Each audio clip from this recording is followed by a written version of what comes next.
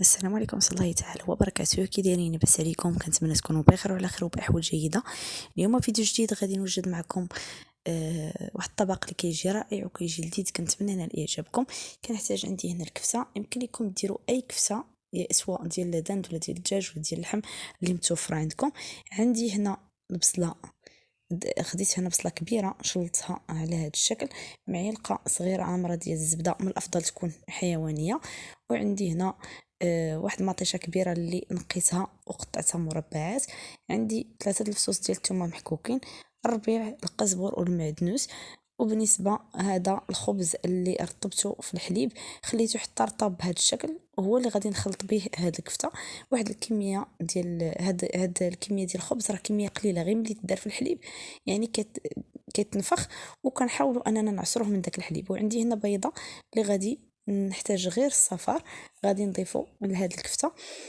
دابا غادي ندوز غادي نقلي البطاطا، نقيتها وقطعتها هكا مربعات، درت ليها شويه ديال الملح وخليتها في الماء حتى دازت واحد نصف ساعه. عاد بديت كنقليها على هذا الشكل. عندي هنا الكفته غادي نزيد عليها دابا هذا الخبز اللي رطبته في الحليب، غنزيد صفار بيضه، شويه ديال الربيع وشويه ديال الثومه.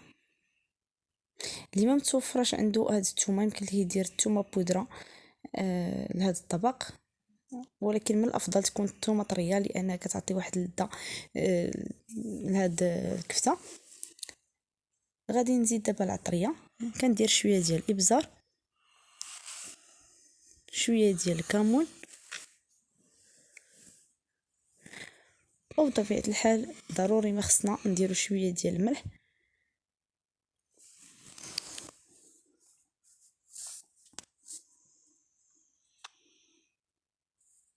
كنضيف كميه قليله ديال الملح. ودابا غادي نخلط هاد العناصر حتى كينسجموا مع بعضياتهم جيدا.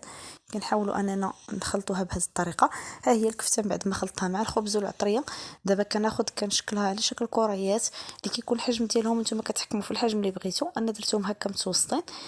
كنستمر على هذه الكيفيه حتى كنسالي هذه الكميه اللي عندي.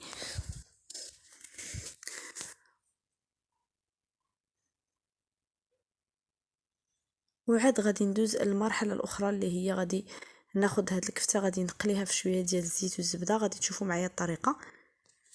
دابا من بعد ما ساليت هاد الكميه ديال الكفته، هذه هي. دابا كناخذ المقلاة او اي طبق فاش غطيبو. انا درت هنا هاد المقله، درت هنا شويه ديال الزيت الروميه مع معلقه صغيره عمره ديال الزبده.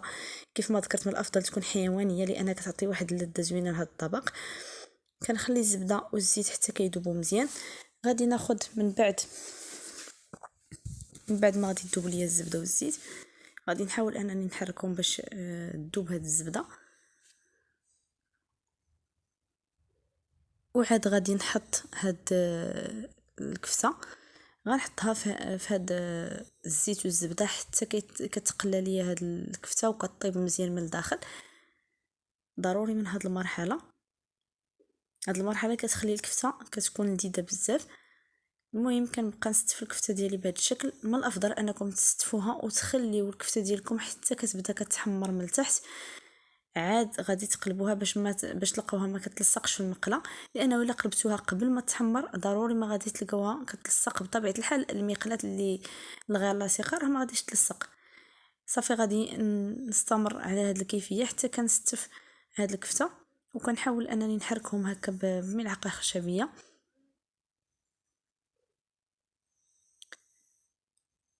من بعد ما غادي يطيبوا من التحت ويتحمروا غادي نحاول انني نقلبهم للجهه الثانيه. صافي دابا غادي نستمر هكا حتى كنسالي هاد الكميه ديال الكفته حتى كنطيبها مزيان بهذا الشكل. ها هي من بعد ما تحمرات وطابت مزيان من الداخل، ضروري لانه هاد الكفته ما غاديش طيب من بعد، ضروري ما خصنا نطيبوها مزيان.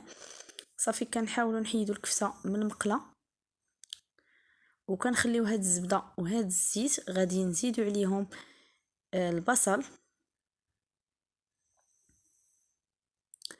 البصله والثومه. هي اللي غادي تتبع هاد المرحله ديال هاد الكفته غادي نتبعوها بالبصله. وبالنسبه للفريت اللي قليت قبيله ولا البطاطا اللي قلينا كنخليوها حتى من بعد عاد غادي نضيفوها لهاد المقله. في نفس المقله فاش قليت دابا الكفته غادي نضيف البصله،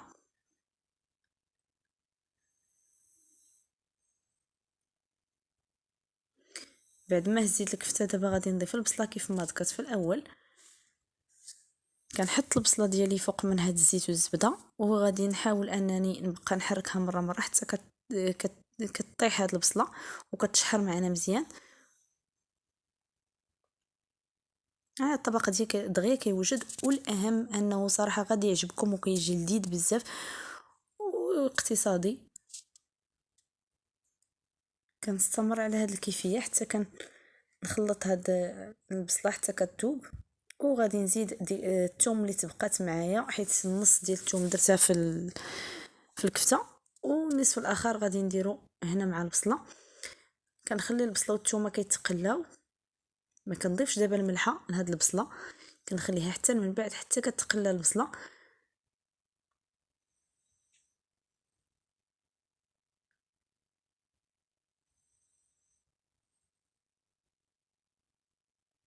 البصله بدات يعني كتقلى، ها هي بدا اللون ديالها كيتبدل.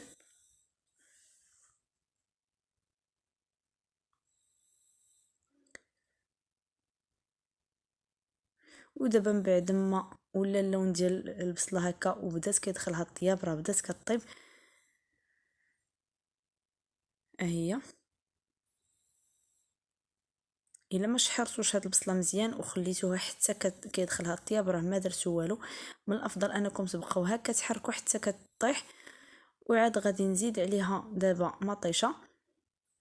ملي كنضيف مطيشه كنحاول انني نحرك مزيان وغادي نخلي الطبق ديالنا ضروري ما كنبقاو نغطيو هاد المقله باش هاد مطيشه دابا تحاول انها تذوب معانا وتساعد البصله باش طيب، لانه هذا الطبق ما كنضيفوش ليه الماء نهائيا.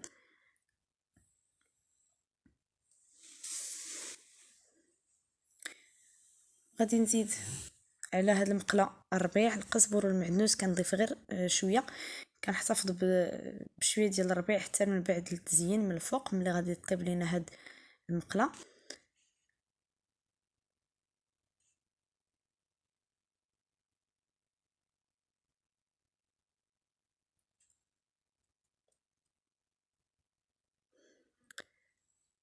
صافي من بعد ما حركت العناصر غادي نزيد دابا في هذه المرحله شويه ديال الملحه،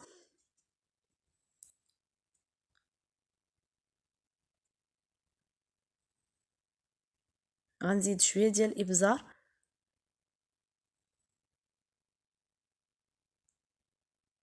والبابريكا اولا التحميره. هادو هما العطريه اللي غادي نحتاج لهذا الطبق.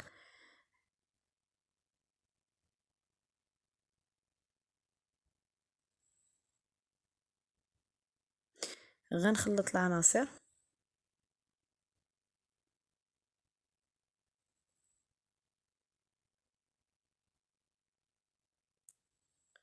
ما كنضيفو لا سكنجبير لا الخرقوم لا سميتو لا الكمون، فقط هاد العطريه اللي هي البابريكا ولا التحميره مع البزار والملحه. دابا غادي نخلي هاد المطيشه كطيب على عافيه. بطبيعه الحال ضروري ما نقصوا العافيه تكون مهيله. دابا كناخذ راس معلقه صغيره ديال السكر سنيده، ضروري ما كتضيفوه باش يعدل لكم المذاق اولا الذوق ديال هاد الكفته.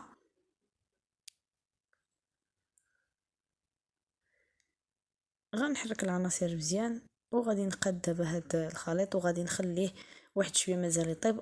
ودابا من بعد ما صافي هاد الخليط طاب كنضيف دابا ديك الفريت اللي وجدت وقليتها البطاطا. تقريبا انا درت هنا نص كيلو ديال البطاطا اللي قطعتها مربعات. صافي كنحاول انني نخلطها مع هاد المطيشه والبصله، كنخلطها مزيان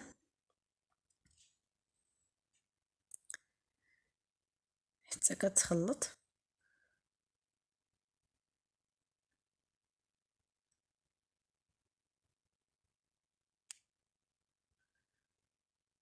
من بعد ما قديتها وخلطتها بهذا الشكل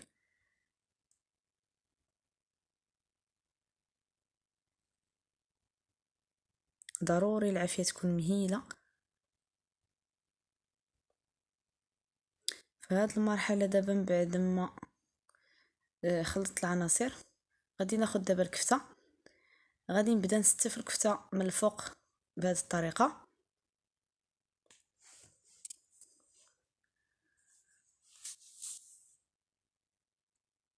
كيف ما ذكرت من الاول اي كفته متوفره، ماشي بالضروره يكون الكفته ديال اللحم، الا متوفره ديال الدجاج ديروها، ديال الدجاج ديروها، اللي متوفره عندكم قضيو بها. انا درت هنا ديال اللحم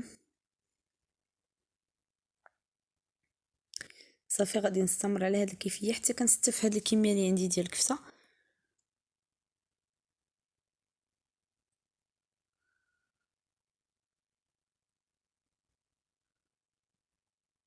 ضروري ما كنستفوها هكا باش يجي الشكل ديالها مقاد هكا من الفوق.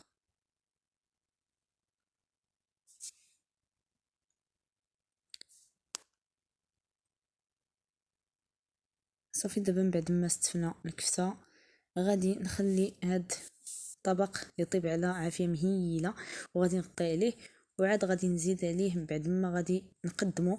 قبل ما غادي نقدمو غادي نزيد عليه شويه ديال الربيع القزبر والمعدنوس هكا من الفوق، وكنقدموا الطبق ديالنا بهذا الشكل كيجي رائع بزاف وكيجي لذيذ. كنتمنى تجربوه ينال اعجابكم. هذا هو الطبق ديالنا ديال اليوم. وما تنساوش الى عجبكم من لا فيديو ديال اليوم ديروا لايك وتشتركوا في القناه وتفعلوا الجرس باش توصلوا بالجديد، ونخليكم في امان الله الى فيديو قادم بحول الله. السلام عليكم.